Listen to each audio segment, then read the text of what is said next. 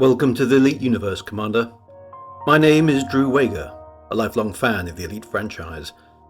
If you're looking for an orientation on this decade-spanning game, you've come to the right place. This is the Meta-Lore, the ongoing story of Odyssey. Short weeks after the composition of the previous video in this series, on the 12th of July 2021, David Braben himself announced that the release of Odyssey on consoles had been delayed indefinitely. Odyssey had received 5 patches, or updates in Frontier terminology, by this point. The statement indicated that the core PC experience was going to be the priority, and that work we do to improve the player's experience of Odyssey on PC will benefit other platforms in the future. Community response to this announcement was generally positive, appreciating that Frontier had finally acknowledged that there was something fundamentally wrong with Odyssey, and that they were planning to do something about it. Update 6 came out a few weeks later on the 29th of July, which provided a series of significant fixes to missions, objectives, and the notable addition of AMD's FSR technology, which did improve performance for some players.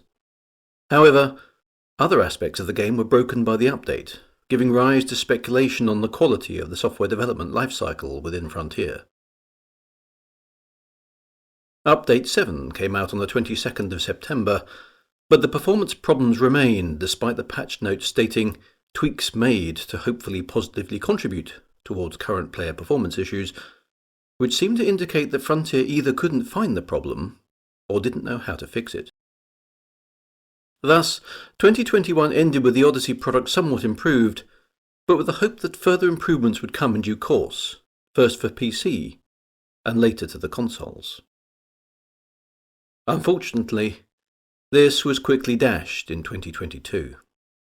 On the 10th of March, David Braben announced that Odyssey's launch had been less than ideal, and that, with a heavy heart, we have decided to cancel all console development, focusing on a single codebase. This included current generation consoles and the previous series. Odyssey on PC had reached Update 9 by this point. By May, Frontier announced that console users would be able to transfer their account to PC free of charge, with a date to be announced, and this was eventually made available during September. No other options for console players were provided, and the inevitable backlash was significant, with console players joining MacOS players in being disenfranchised from the game.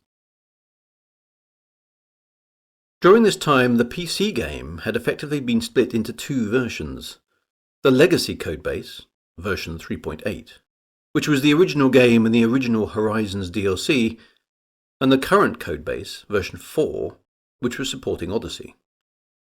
During August, it was announced that Frontier would only continue to add story elements into the current codebase, meaning that whilst it would be possible to play in the legacy version, no new narrative or lore events would occur there, and this included the upcoming conclusion of the Azimuth saga. This was a further blow to some PC players, as many with older hardware, and in some cases newer hardware, were unable to run the new codebase without performance problems. Frontier did make the new codebase available for the original game and Horizon-only accounts, free of charge, and performance continued to improve marginally during this time. This now effectively left 3 versions of the game: 3.8 Legacy Horizons, 4.0 Horizons for those who hadn't bought a copy of Odyssey, and 4.0 Odyssey for those who had. And it wasn't possible to instance between any of them in player groups, which fragmented players and contributed to a notable drop in player numbers. In May, at around the time of Update 12, Frontier announced that a key feature overhaul would occur in early 2023, but no indication of what this might be was given. The Azimuth saga concluded in August with the firing of a weapon in the HIP 22460 system, but the event was only visible in the 4.0 version of the game. As of Update 14 in November, the 4.0 codebase was considered to be live, with everything else being legacy. Commanders had separate profiles so they could continue to play the legacy environment if they wished, but this would no longer sync with events in Live, effectively being a separate save game in that environment. No new narrative content, including community goals, would be provided in the legacy environment from this point forwards, meaning that console players also had no new content. In the Live version, significant game and narrative content had been added during this phase, notably the conclusion of the Asimov saga and the introduction of Stargoids, or later known as Titans. A number of game mechanic improvements were made to ensure the Thargoid war was less scripted and more dynamic. Thus, 2022 ended having lost many console players, but with the game having some level of future development promised, and the Thargoid content being generally well received, though there were complaints that if you weren't able to partake in the Thargoid content, or had no interest in it, there was little else new to do. March 2023 brought with it news on Update 15, which promised the biggest moments in the game to date. The key feature overhaul, due in early 2023, was now renamed to a Major Feature Rework, and was now being investigated. Frontier indicated that they would share details of this investigation and their plans towards the end of the year. The content provided by these more recent updates was mostly focused on the Thargoids, with supporting narrative elements. Players were able to penetrate into the Titan environments, and also explore Thargoid spires on foot. Little of this appeared to stem the slow ebb of players from the game, and whilst no accurate figures have ever been available, all third-party or inferred data showed a gentle decline in player numbers during 2023.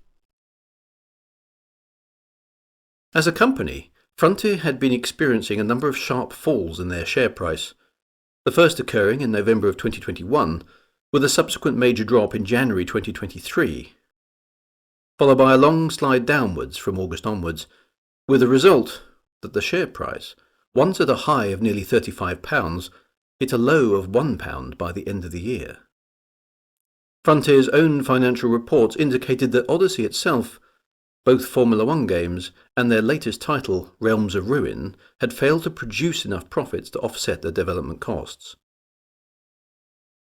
The end result of this was a significant cost-cutting program, which sadly resulted in a number of redundancies, the effects of which are still playing out. As 2023 ended, Update 17 was in play, with Update 18 still planned to be released in 2024. No announcements about the major feature rework were given. Frontier's latest report did indicate that Elite Dangerous would continue to be developed and supported into the future, but no specifics were given. As 2024 opens, which happens to be the 40th anniversary of the original Elite game, September 1984, sentiment can be described as subdued. The future of the franchise remains uncertain, though there are many community contributors still producing engaging content. We can only hope that 2024 brings better news for Frontier itself, its employees, and for players and fans of the game itself.